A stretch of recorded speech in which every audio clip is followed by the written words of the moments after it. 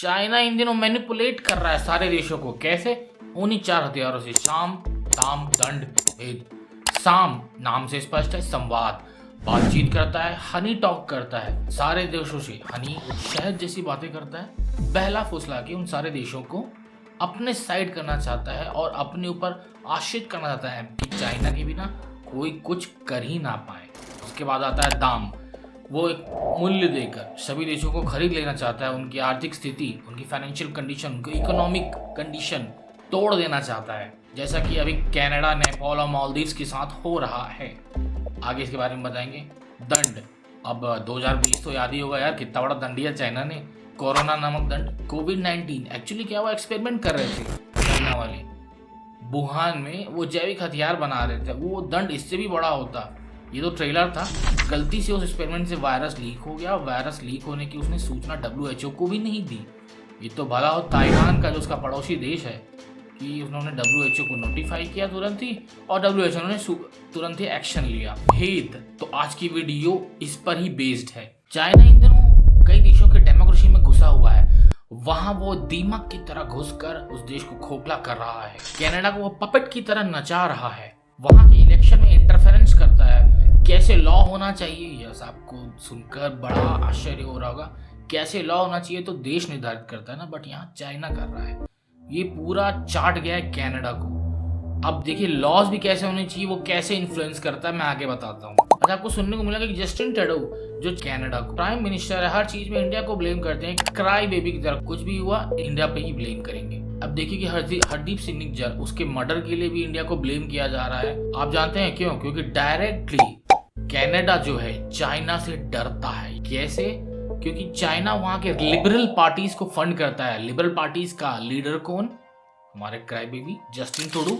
China धीरे धीरे Canada को खरीद रहा है। ये किसने बताया? तो ये कैनेडियन इंटेलिजेंस सर्विस CSIS की खबर है।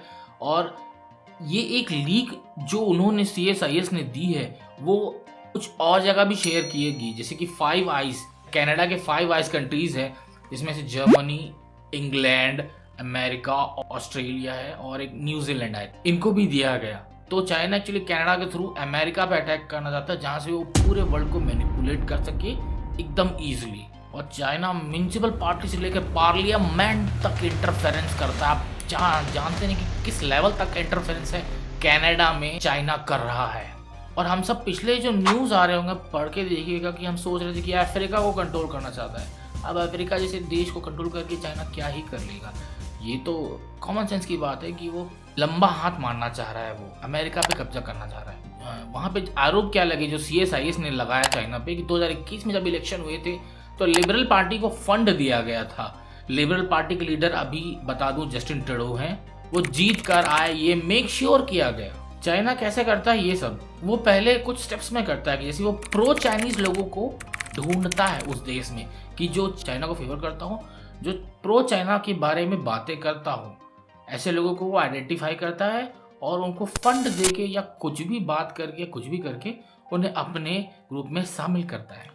और जो चाइनीज स्टूडेंट है जो पढ़ रहे हैं कनाडा में, वो उनको भी फंड करता है। उनके लिए एक पुलिस स्टेशन बना गया है अलग से, उनके लिए एक ऑफिस है, दूतावास जिसे कहते हैं, उनको भी चाइना फंड करता है, ह्यूज अमाउंट ऑफ फंड करता है। और दे directly influence the political parties of the Canada. और वो मेक श्योर एक चीज और करता है, और कैंपेन भी चलाता है एंटी चाइना जो लोग हैं उनको बदनाम करने के लिए, सोशल मीडिया में, न्यूज में, कहीं भी जो चाइना को कनाडा से भगाना चाहते हैं उनको वो रोकता है। कैसे भी करके, कुछ भी करके, साम दाम दंड भेद, कुछ भी वो रोकता है।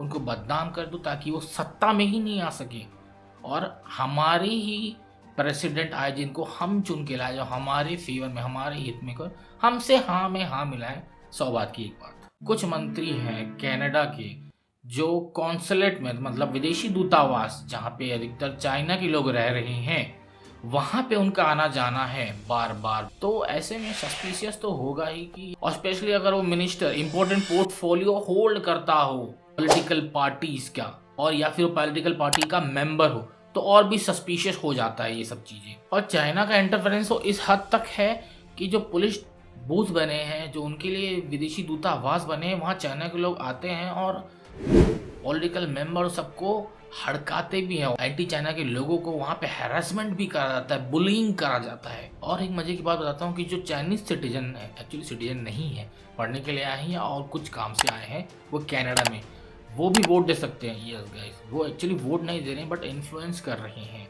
क्यों? क्योंकि वो प्रो चाइनीज हैं और ऐसा अधिकार उनको प्रो चाइनीज जो पॉलिटिकल मेंबर है वो देती है, यानी वो अथॉरिटी, वो इतना ज़्यादा इन्फ्लुएंस है चाइनीज का कनाडा के ऊपर।